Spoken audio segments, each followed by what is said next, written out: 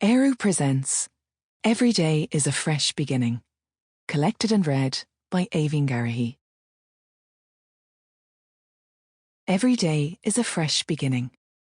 Meaningful poems for life. Chosen by Aoibhín Garrihy.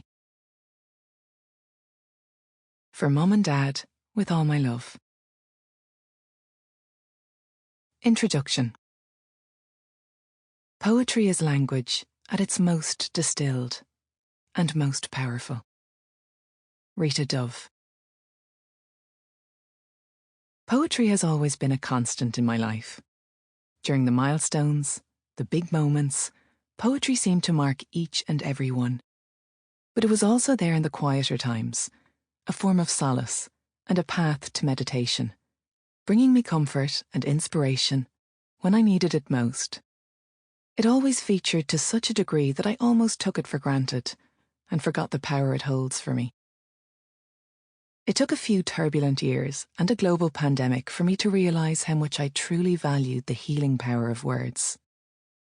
I found myself turning to poetry more and more when I felt confused, angry, overwhelmed, sad, but also elated, overjoyed, and totally in love.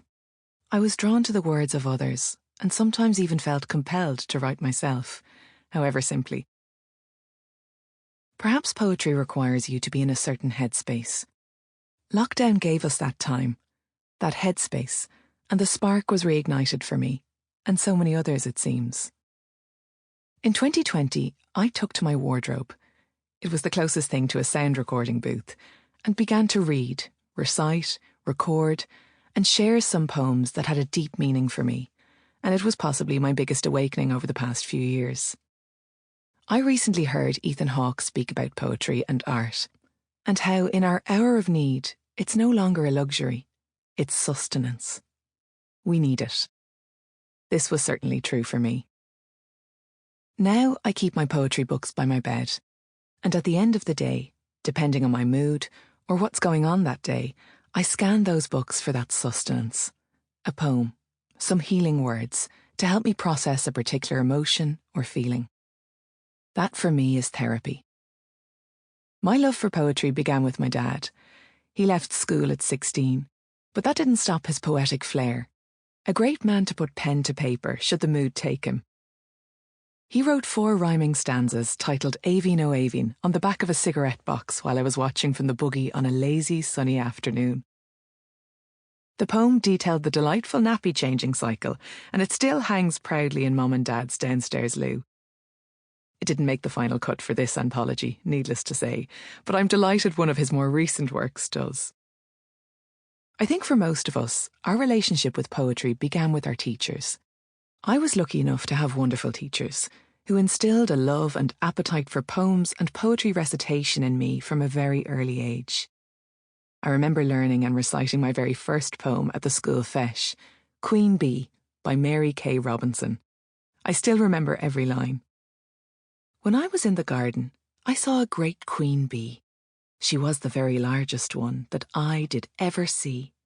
She wore a shiny helmet and a lovely velvet gown, but I was rather sad because she didn't wear a crown. In second class, I had a very special teacher, Miss Susan Ryan, one of those teachers who leaves a lasting impression on you, forever etched in your heart. I was besotted with her. We all were. She was larger than life and loved the arts. So theatrical, full of charisma, and when it came to poetry, the words jumped off the page when Miss Ryan would recite. She would animate every line in a way I will never forget. I had a truly wonderful speech and drama teacher, Maeve O'Donoghue, growing up, and throughout my teenage years in particular, she honed and developed my love, knowledge, and appreciation for poetry, the language, and the power of the voice. It was the extracurricular activity that took me away from the pressures of study and school life. I loved to play with the delivery, the musicality of the vowels and consonants, the rhyme and rhythm, the inflection, the expression in the voice and in the face, to engage and tell the story and capture the emotion through this very unique medium. That passion was solidified further when I went to Trinity College Dublin and began my Bachelor in Acting Studies course at the Samuel Beckett Theatre. Sample complete. Ready to continue?